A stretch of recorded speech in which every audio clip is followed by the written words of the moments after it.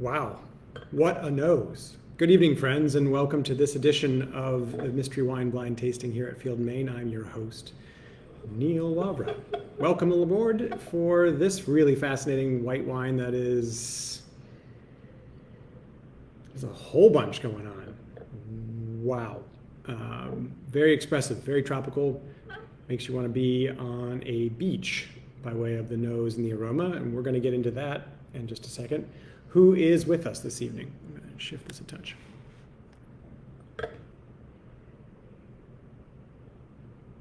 Please chime in and let us know if you're playing along with the wine or if you're just joining us to kind of play along with the rest of us. We've had a number of conversations with people over the last month or so at the entryway here in our vestibule about being able to play the game with the wine itself, but also being able just to play along and kind of listen to the comments that filter in through those that do have the wine and making their own educated guesses and learning a little bit more about how the game is played. So some of the people who play this game with regularity are getting to the point where they're quite good and they're offering feedback that really is something that you can use without even having the wine before you. I'm speaking, of course, of folks like the Sanders, who are joining us tonight, and Candy Sherman is here with Kevin, and Richard's here this evening. Kathy with you too, Richard. Dean and Bobbin are with us, and that's very exciting. With Sarah Ann, great. Happy to have you with us as well. Michelle is here this evening, and wife is putting the kids to bed. That's fine. That's a task that might require a glass of wine afterward. Certainly merits it. Rob and Kathy are with us tonight too, so a number of folks returning. That's wonderful to see you or have you all with us this evening. This is wow. Yeah, Johnny, exactly. Kristen, exactly. I'm not sure who's actually typing that note, but for both of you, wow is right. There's a lot going on in this particular nose. What are you smelling? We're getting ahead of ourselves in terms of the appearance, but sometimes this is important. We talk about this occasionally, that the wine presents itself in a way that you can't help but to notice it, and you should, because you're starting to already bring in thoughts and processes that you should pay attention to. And if you start to just work the grid or start to work the process, our deductive process, and sort of overlook what you're immediately experiencing, you miss out on some clues potentially. The danger is, of course, to rush to a conclusion. Oh, I smell something and I think that's reflective of something I know, and therefore I'm going to think that's the wine, and I'm going to stay there. And that's something we will work to kind of counteract, but also to utilize to our benefit. And so Sauvignon Blanc, grassy New Zealand grassy nose from Candy, banana and pineapple. I echo that from Robert. Lime zest.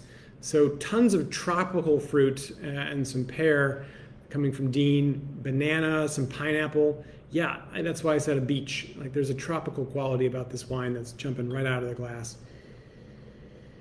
And tropical can be because of ripeness. It can be because of varietal in a ripe place. And that pineapple thing is something that you find, say, for example, from Petit Marseille, something like that. Sometimes you get it from Riesling. Sometimes you get it from a really ripe expression of Chardonnay, where it can have fantastic amounts of tropical quality to it.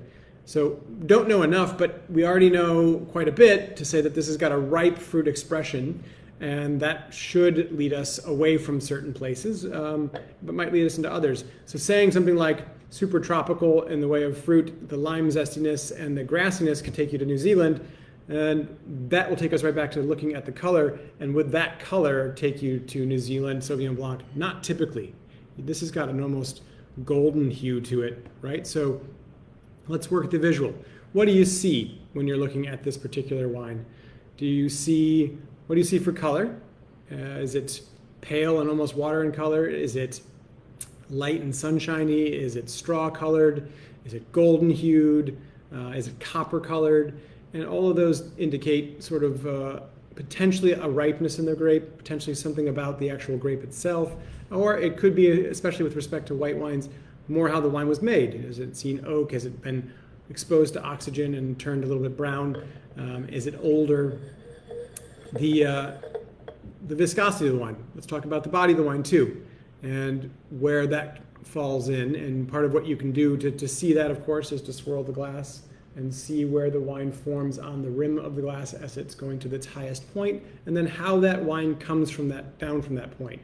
Does it form tiers? And then do they stain or stay put and create a leg that you can see that holds. And boy, I think, yeah, this is substantial. This wine is forming those tears slowly and then moving ever so slowly down and crying their way to the bottom, where they form a leg that stands up for a minute. That is a great example of viscosity.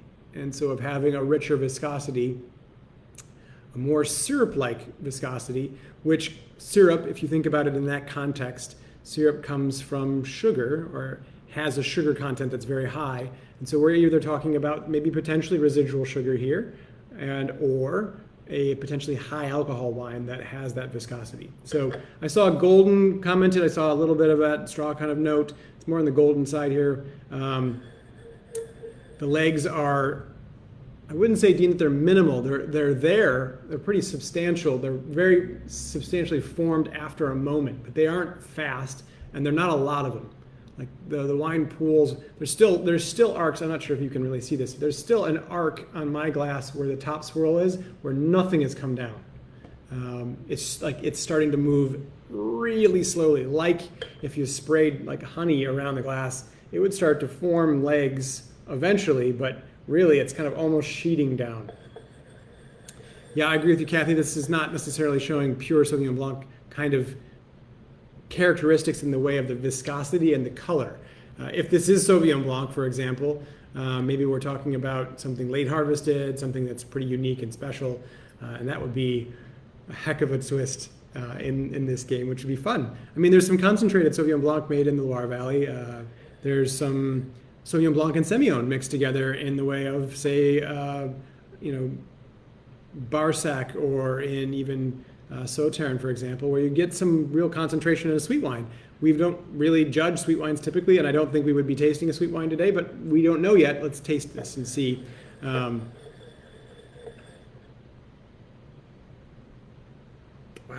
man, it's just got a lot going on. Chris is joining us. Welcome. There's some floral notes he's picking up. Maybe a blend, yes. So there's a couple of unknowns, of course, which we'll get more to, but this is one of those wines that you have a lot to talk about just based on the nose and the appearance.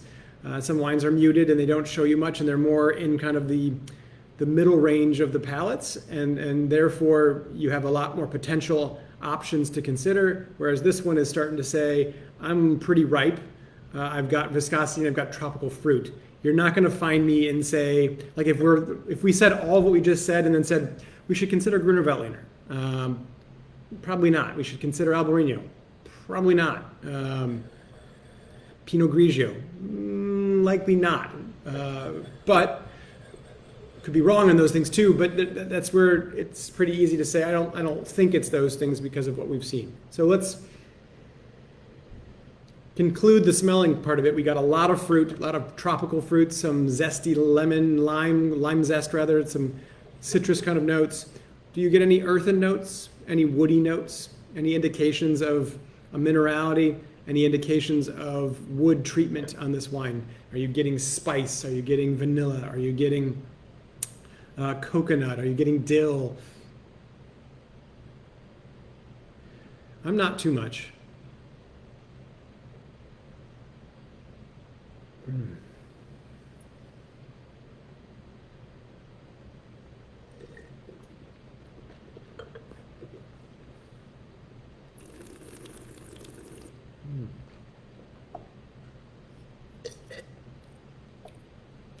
Ooh, mango.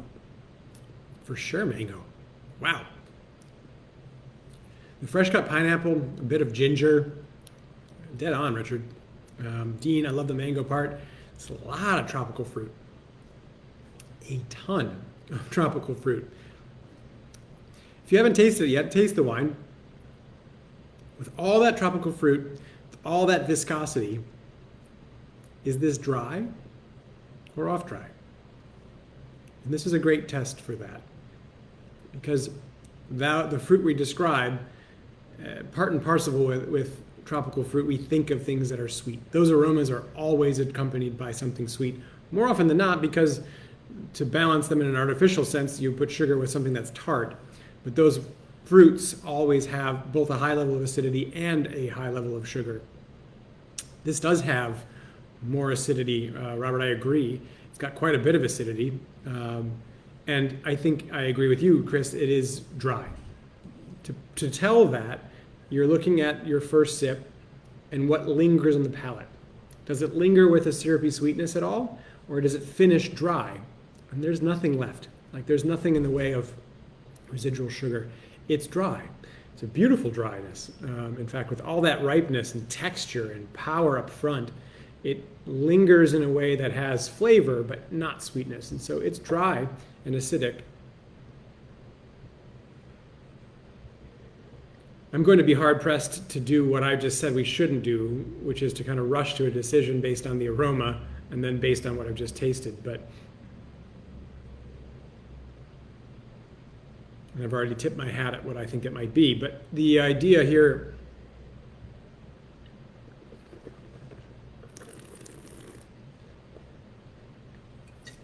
is to use that assumption and to move through the grid or through the process, the deductive process, to kind of validate that initial impression, and certainly to try to poke holes in it too. So we're talking dry, tons of tropical flavors, an acidity that's medium plus. Where are you guys at? Definitely medium, maybe a little higher. I'm still salivating. It's my salivation's happening underneath my tongue still. Not as much on the side, not a full zing, so maybe medium plus in terms of acidity. This has got some quality of acidity to it. Candy, what do you mean by very different middle to the taste? Like you're not getting as much of the tropical fruit aroma that you're perceiving on the nose and it's not in the middle, or what are you picking up on the taste in the middle that's different? We'll wait for Candy to kind of respond to that. Let's talk a little bit about body here too, right? So we've got high acidity, medium high acidity. We've got a certain textural quality to this. This is a fairly robust wine, right? This is in the skim world, 2% world, whole milk world. This is venturing more toward the whole milk side of things. It's got a weight to it, which we saw by way of the visual identification of the slow forming tears and then legs. That alcohol viscosity here, the dryness of it, would indicate that this probably came from a warm place, or at least a varietal that ripens well and fast. And so we're thinking about a warmer place in the world as a result. I don't get a whole bunch of an oak profile here. I'm not picking up a lot of oak signature on the nose or on the palate. Are you finding the same?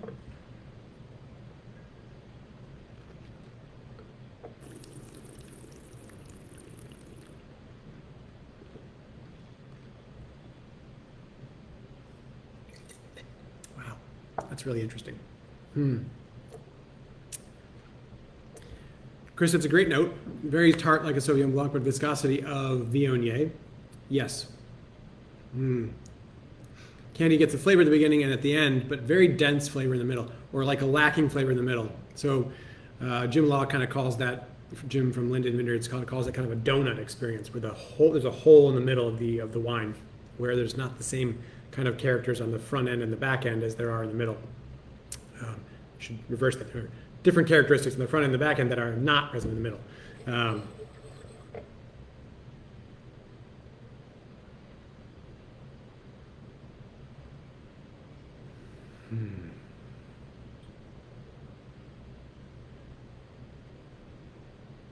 So yeah, there's potential grapes like Viognier, like Petit Manseng, like wines that have texture and ripeness presented in them, and can come through in dryness but also maintain acidity. Aged in concrete or clay? Could be. Johnny, excuse me, yeah, could have that, certainly, that quality of some aging vessel that doesn't necessarily impart a flavor profile but can give you texture. Could have some lees quality. Certainly that's an option too. Viognier Semillon. Thank you for adding that Semillon again to Kathy, the Petit Manseng.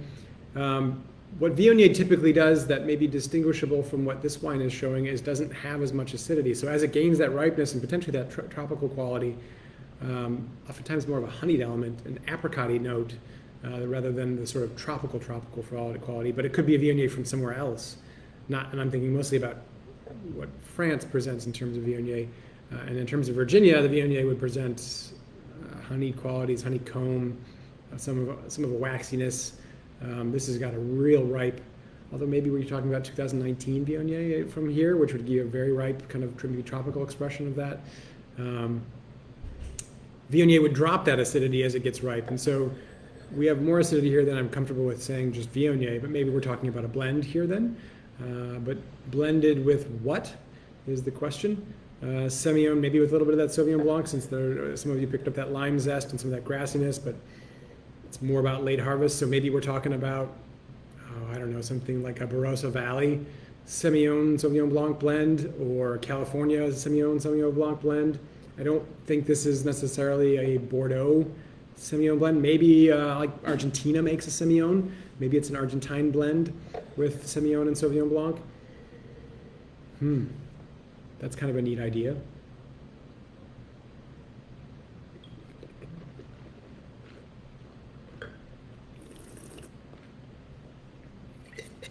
It's very round, beautiful. That pineapple note that was pretty ripe and fresh, almost like a spritz of pineapple, has transformed, I think, more into almost a baked pineapple element on the palate. It does have this density and sort of almost a minerality on the finish, that finish sort of halfway to the finish, where Candy was describing kind of that idea that this wine has kind of a hole in the middle. And that isn't necessarily like a wood quality to it, but it does indicate kind of a tightness. Like the wine isn't yet completely matured and open and evolved enough at this point.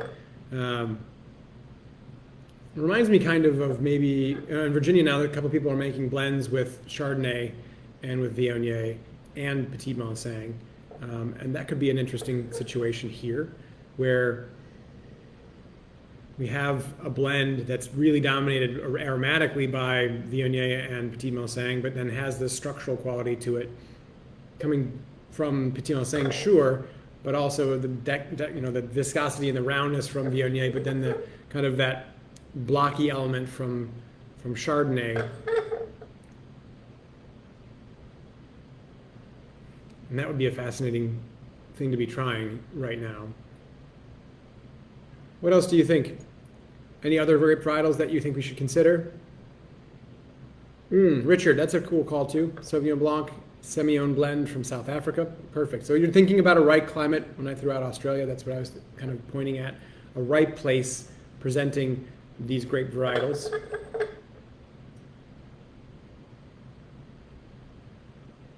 There's a really faint point now for me. It's just kind of come out of sort of a grapefruit pith.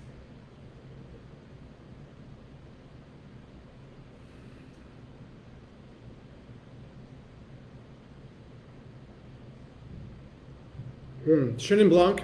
I was thinking about that earlier too. And Chenin, Chris, yeah, maybe. I mean, from the standpoint of texture, viscosity, and high acid, absolutely. From the tropical notes, and like not the appley notes, not the tree fruit kind of quality, I'm not getting any of that here. It would be a different expression in Chenin Blanc than typical. I'm with you, Candy, on more of the New World. I think it's definitely more of a New World expression. There's certainly a ripe vintage if it's not. I like the... Gosh, now it's like it's really expressing some Sauvignon Blanc notes. So I'm getting a lot more of that now. The grapefruit pith is jumping out a lot. Like this is ruby red grapefruit though. It's really ripe grapefruit. It's not tart, soured grapefruit. It's a real ripe expression of grapefruit. So, all right. So what blends with Sauvignon Blanc? Semillon is something that we would find that way. And Richard, that's a pretty cool idea about South Africa. So Semillon is a grape that's grown in Bordeaux and is the principal grape in late harvest productions of Bordeaux wines, in the way of Sauternes and the adjacent spot across the river, the production could be some sort of botrytis-y fruit that's then mixed with Sauvignon Blanc and made into a very interesting sort of dry wine. Chateau Yquem makes a wine called Y, which is Semillon and Sauvignon Blanc. Yeah, I know, Johnny, I'm sorry, power suggestion. I think I got swayed a little bit into the suggestion of that Sauvignon Blanc because I didn't get it at all at the beginning, and now it's like all the tropical fruit had to get blown aside in order to let the Sauvignon Blanc character of that grapefruit come through. And that's to decide that I'm saying it's Sauvignon Blanc, but grapefruit is really a great tell for Sauvignon Blanc, but this is such a ripe expression. So if I was to put it in the old world, it would be some kind of expression where we're getting a late harvest element of some fruit juice of Semillon that's maybe botrytis attacked or not fully botrytis attacked and therefore didn't go into the late harvest production, but it went into a dry production and that was mixed with Sauvignon Blanc. Maybe, but the Sauvignon Blanc is not green. This is not your pyrazine, grassy, super grassy, lime, gooseberry kind of Sauvignon Blanc. It's really ripe grapefruit.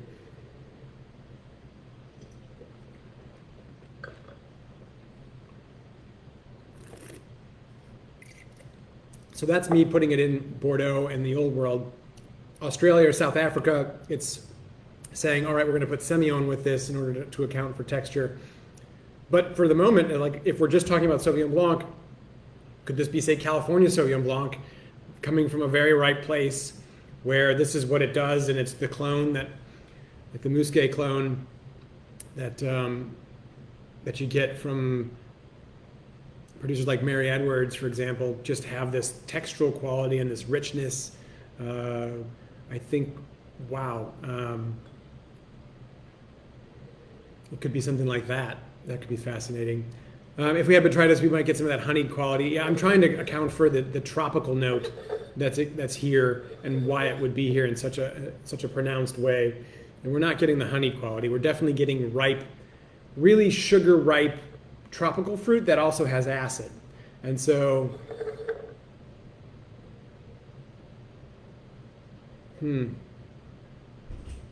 So for me, the first thought I had was Petit Manseng, the pineapple, that quality, an explosion of that. I don't know where this is so dry that we would get that dryness and the other fruit components that we're picking up here. I think you'd have to be a little less, I don't know though, God, I'm talking myself out of that too. So Petit Manseng, I think could be in the running, a dry Petit Manseng. Pretty expression. There's a savoriness and there's that grapefruit element that would be hard to explain in the way of Petit Manseng. So venturing to Sauvignon Blanc and maybe a blend with Semillon or Sauvignon Blanc from, say, South Africa, Australia, California, or perhaps we consider at this point Sauvignon Blanc as a single varietal. Maybe there's a dollop of something else in there, but it's predominantly like 75 plus, 85 plus Sauvignon Blanc coming from a ripe place in California, Russian River Valley, Central Coast, Central Valley even perhaps. That I could wrap my head around. Johnny, I also love the idea of Petit Manseng blend. So I'm a little over the map at the moment, but Petit Manseng, Viognier, Chardonnay, Petit Manseng, Viognier, Vidal, something like that that has that textural element. But Candy, you don't get the PM floral. There's a floral quality sometimes that comes off PM2 for sure, Petit Manseng. But for me, the major tell, and which is why I kind of immediately went there, was pineapple. And pineapple comes in, and then the pineapple for me was fresh pineapple, then it became kind of grilled pineapple, and that pineapple element is just if I smell pineapple and I don't think about Petit Manseng, I'm not doing it right. So what is fascinating though is that 20 minutes in, like almost every time with these wines, 20 minutes in, they begin to change. And I opened this right before I clicked live, and at 22 minutes in, that character of Sauvignon Blanc jumped out. As I pour more,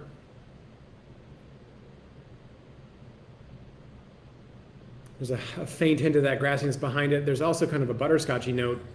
Does anyone else pick up on that?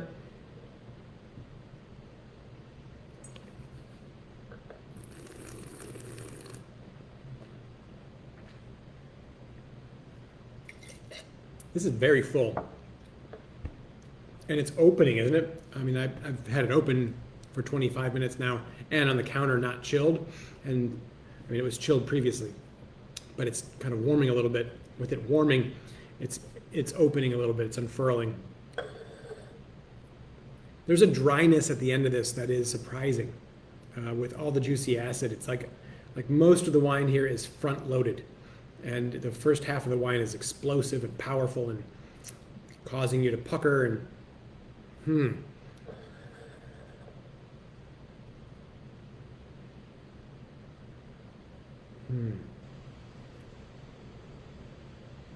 I'm with you, Candy. I understand that there's sort of a Sauvignon Blanc quality here, but more than that, and it's hard to place it exactly. I don't think this is a wine that is typical, which is neat. And Cynthia O'Connor, your note of cotton flag, are you referring to the kind of floral aspect of the Petit Malsang? That's kind of a neat note. I like the cotton flag. That's so, yeah. It's floral in a way, right? But subdued and kind of muted.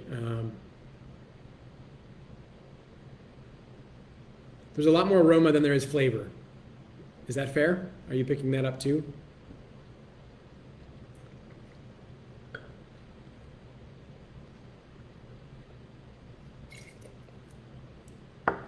On the palate, it's mostly a textural experience, a taste experience with respect to acid, and there's a little retronasal flavor of something tropical. Kind of, for me right now, passion fruit. That tropical element's still there. Wow. Yeah, this is going to be a stab at one of those options and not necessarily a comfortable guess, a comfortable assessment that I feel like I've got it. So this is a wine that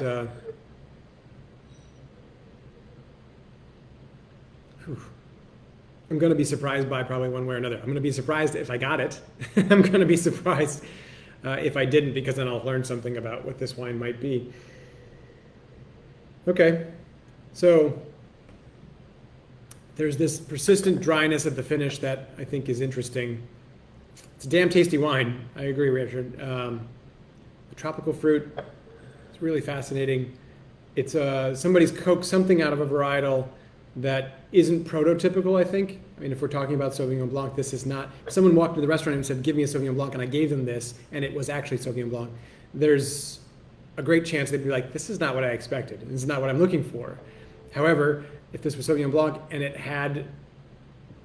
it's coming from a certain place and a style, then we're learning something about what Sauvignon Blanc could do in a different place. And so neat in that context. If it's Chenin Blanc, it's got more tropical than I would expect. If it's Viognier, it's got more acidity than I would expect. If it's Petit Malsang, it has a finish that I haven't experienced before. So there's elements about this that don't necessarily carry through fully. So where we plant our flags, we just have to plant a flag. Richard plants a flag in South Africa, 2020 Sauvignon Blanc, Semillon blend. Young, 2020, yep. I think that's a great guess. I mean, that's a viable option. We explain that by way of ripeness coming from South Africa. We explain some of the Sauvignon Blanc characteristics with that grape being part of a blend with Semillon, which has viscosity, richness, and perhaps when it's more ripe, giving you some of that tropical quality. I think we could talk about Sauvignon Blanc from really ripe spot in California, and we could talk about Petit Malsang maybe as a single varietal, but perhaps as a blend from Virginia. And you play the Chris Shirley game, look at the bottle, it's Bordeaux bottle, it's $30. I think most of those options exist at that point. Marcelo, you're saying that Julie said we'd have a hard time with this. Well, then she's delighting in this, I'm sure. If she watches back at this, we are having a hard time with this. And it's not a question of being good at it. I would argue, I mean, I've done this now for, I guess at this point, nearly 200 times, 150 times maybe, and good isn't the factor. It's a question of training your palate and recognizing certain points and getting possibly better at it than good. So don't beat yourself up about it. What you smell and what you taste, and then what you can catalog about what you smelled and taste is how you get better at this game. And as I've said to many folks, doesn't require that you're good. You have a glass of wine in your hand at the very least. And if you get it right, great. And if you don't, fine. And as we've talked about many times, getting it wrong is oftentimes more fun than right because you learn something. You've just picked up a new taste memory that you can put in the files in the bank and pull that out in a future tasting. All right, so Robert's going with the South African Semillon blend because Richard is persuasive. He's pulling on Candy 2. Chris, a color commentary, it's perfect. The point of these is to drink this out of a paper bag, drink alcohol out of a paper bag in a more refined setting, right? In a way that is acceptable by your peers. So, all right, I gotta go. Man, I'm hemming and hawing and hedging.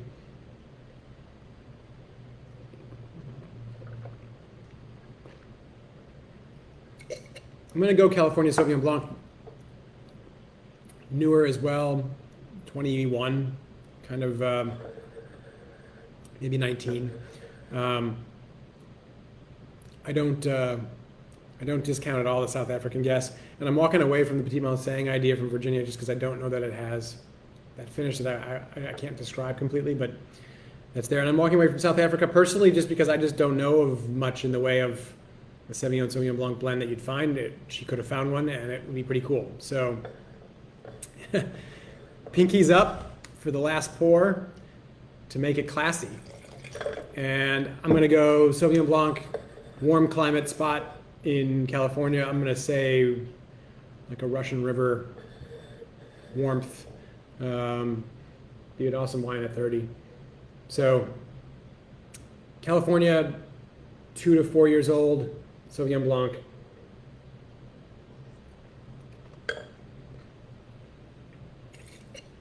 That's my guess. Let's go. Boy, that's tasty.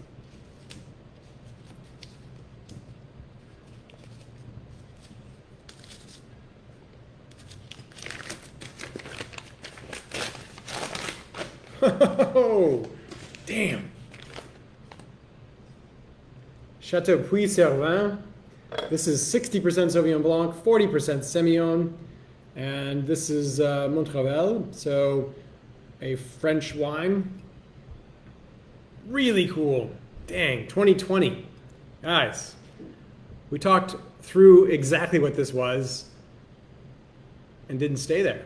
But clear expressions of Sauvignon Blanc and that Semillon together. So Richard, big kudos to you for kind of leading the charge on those two varietals coming together.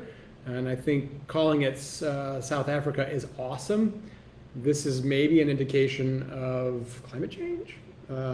Maybe also an indication of a really ripe expression or a ripe harvest. But this is at 13.5% alcohol, so it's not 15%. And it doesn't present sugar, right? So all all that viscosity that we got on the visual, and yet not 14+% alcohol. That's assuming, of course, the label's correct. So it could be another degree. It could be 14.5. I'm surprised that it's 13.5. It doesn't drink alcoholic, but that texture has to come from somewhere. So, wow, really neat. I don't know much about the appellation of Montrevel, so we have to look that up and look up where that's coming from. That's pretty dang cool, though. Wow, that is very expressive, right? A lot of depth for being a 2022, I agree. There's a great deal of expression here. And, you know, a southwestern France, I'm sure, kind of production of wine, kind of changing my perception on what that might be, and really fascinating to see what Sauvignon Blanc and Semillon can do together and how we're picking up notes of it but don't have necessarily the category for it. So this is where getting good is not the value necessarily, or thinking you're good. A good taster isn't necessarily going to pick up this, but we identified component parts that were important here, and maybe we didn't know where it should be placed, but we kind of got around what the wine was, and so that's pretty neat. Johnny, thank you for looking that up, just east of Bordeaux. So we're talking a little bit more inland, a little bit less coastal influence, a little bit more heat and warmth, and as a result, perhaps this expression. I don't know if this is prototypical of that region, but I can say it's pretty tasty and worthy of sussing out some more if they exist, because I like that ripeness as a way to have a pretty unique wine. I'd like to put this wine in tastings with Petit Malsang. It'd be fun to have that kind of counterpoint. So, yeah, Julie did a good job. I did have a hard time with this. I didn't get it, but I had a great time doing it, and I had an even greater time doing it with you guys. So thank you very much. We'll do it again next month in October, and hopefully see some of you before that point. We're going to be, we have a wine dinner this week, coming up next week rather, which I think is sold out, but the next one coming up will be in October on the 19th, and we'll feature Eileen Sevier, who is head of marketing and strategic planning and all sorts of wonderful things at Early Mountain Vineyards. And we're going to taste through a really great seminar, first of 5 wines, 3 single vineyards of Cabernet Franc, and 2 expressions of Cabernet Franc, one from California and one from France, and discuss what Cabernet Franc can do and what it does when it reflects site and place, and how Early Mountain is approaching that with respect to making 3 single vineyard productions of Cabernet Franc. As well, they're making 2 different kind of blends, if you will, from sites that express themselves differently too. And then we're going to sit down for some food and drink some Petit Malsang, some really cool Chardonnay, and we're going to taste their newly released Rise, which is their top red cuvee from the 2017 vintage, and finish up with a demi-sec of Petit Malsang. So it's going to be a great dinner there for those of you that want to get back into some more wine education here at Field & Main. We welcome you to do so. If not there, then certainly come by for dinner and pick up your other mystery wines for October, November, and I think she has them out for December. So cheers, everybody. Thank you, guys. Thank you, everybody, for playing along. I'll see you soon.